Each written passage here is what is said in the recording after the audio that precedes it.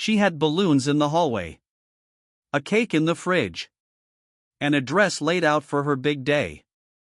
But 11-year-old Emma Rowe never made it to her birthday party. What happened inside her home in Essex, England, that morning remains one of the most tragic and horrifying cases the town has ever known. Emma Rowe was the kind of child you don't forget.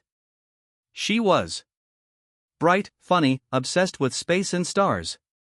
Always drawing, her dream was to work for NASA. The only child of Kate Rowe, a single mother and schoolteacher. Her 12th birthday was a big deal. She'd been planning it for months. A galaxy-themed cake. 7 friends invited. Her favorite playlist ready to go. Kate had taken the day off work to prepare. She even left balloons on the stairs with notes attached to each one. "You're the brightest star, Emma. Love you to the moon and back. Let's make this the best day ever." But by 9:15 a.m., the house would be filled with police. And those balloons would float silently in a crime scene. On the morning of April 12, 2021, neighbors heard nothing unusual. Emma's party was scheduled for 3 p.m. At 8:07 a.m., a delivery man dropped off a package. He later told police he saw nothing strange, but the front door was slightly ajar. At 8:45 a.m., Emma's friend Lucy texted, "Can't wait to see your cake." No reply. At 9:05 a.m., Emma's grandmother tried calling. No answer. By 9:18 a.m., a man, called emergency services from a burner phone. "There's blood, and a girl, at 42 Hillcrest Lane." Then he hung up. When officers arrived at the address Emma's house, what they found was unthinkable. The front door was wide open. Balloons were scattered down the stairs. The kitchen smelled like fresh icing, but the cake was smashed on the floor. In the upstairs hallway, Emma's body was found curled up outside her bedroom. She had been stabbed 14 times, most in the chest and side. Her mother, Kate, was found in her bedroom, unconscious from a blow to the head, but alive. Blood was everywhere.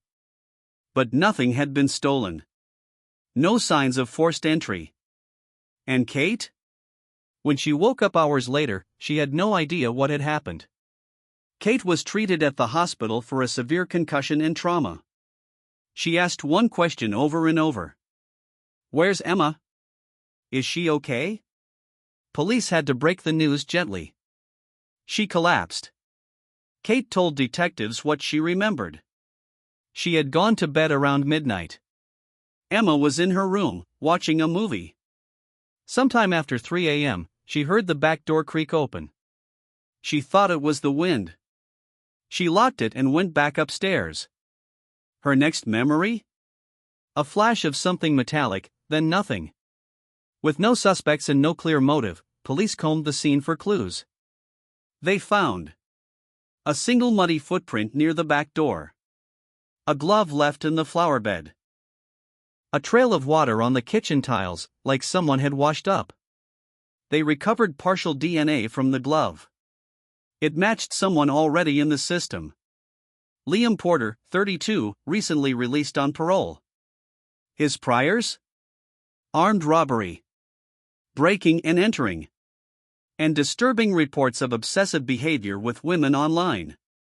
But there was no known link to Kate or Emma. Until they checked Kate's email. Kate, like many parents, used Facebook groups for support.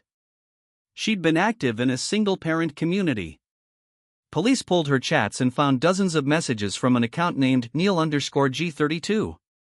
Messages like, "You and your daughter are beautiful. Wish I could be in your life. I know when her birthday is. Hope she loves it."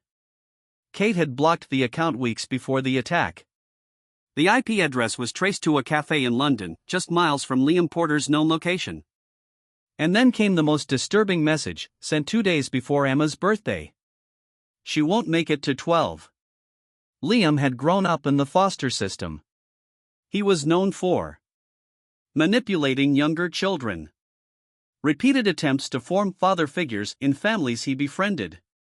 Becoming aggressive when rejected. He'd once dated a woman with a young daughter. After the breakup, he tried to abduct the child from school. Charges were dropped due to lack of evidence. Detectives believe he fixated on Kate, Rowe, and Emma after seeing them in an online support forum. He had sent Kate anonymous gifts. One of them? A handmade star-shaped necklace found next to Emma's body. Forensics revealed that Emma fought back. There were defensive wounds on her hands and arms. The smashed cake? Experts believed it had been thrown by Emma at the attacker. She tried to escape, made it to the hallway. The attack was personal. Brutal. But the strangest part? There were signs that the killer stayed afterward. A mug in the sink. Wet towels. Icing wiped off the floor. He didn't just murder her. He took his time. A week into the investigation, a neighbor came forward. She was 83, hard of hearing, but she remembered something strange. A man walked down the street at 9:20 a.m. He smiled at me. I remember because he had icing on his sleeve. They pulled CCTV from nearby traffic lights. At exactly 9:22 a.m., a man matching Liam Porter's description was caught walking calmly down the road, holding a black duffel bag. Liam Porter was arrested on April 18, 2021. In his flat, police found a list of children's birthdays, screenshots of Kate and Emma, a bloody shoe matching the footprint. In court, Liam showed no emotion. His defense claimed diminished responsibility due to mental illness. The prosecution presented the message: she won't make it to 12. They called it premeditated, calculated, evil. The jury agreed. Liam was sentenced to life in prison, with no chance of parole for 35 years. Kate never returned to teaching. She moved to a different town. She now works at a women's shelter. She still celebrates Emma's birthday each year. She releases one white balloon with a note. You would have been 13 today. I still see your stars everywhere. The house on Hillcrest Lane remains empty. No one will rent it. No one will buy it. Locals call it the house with the party that never happened. A mother's worst fear. A child's last birthday. And a killer who watched, waited, and struck. Emma Rowe should be celebrating life. Instead, her name lives on as a reminder.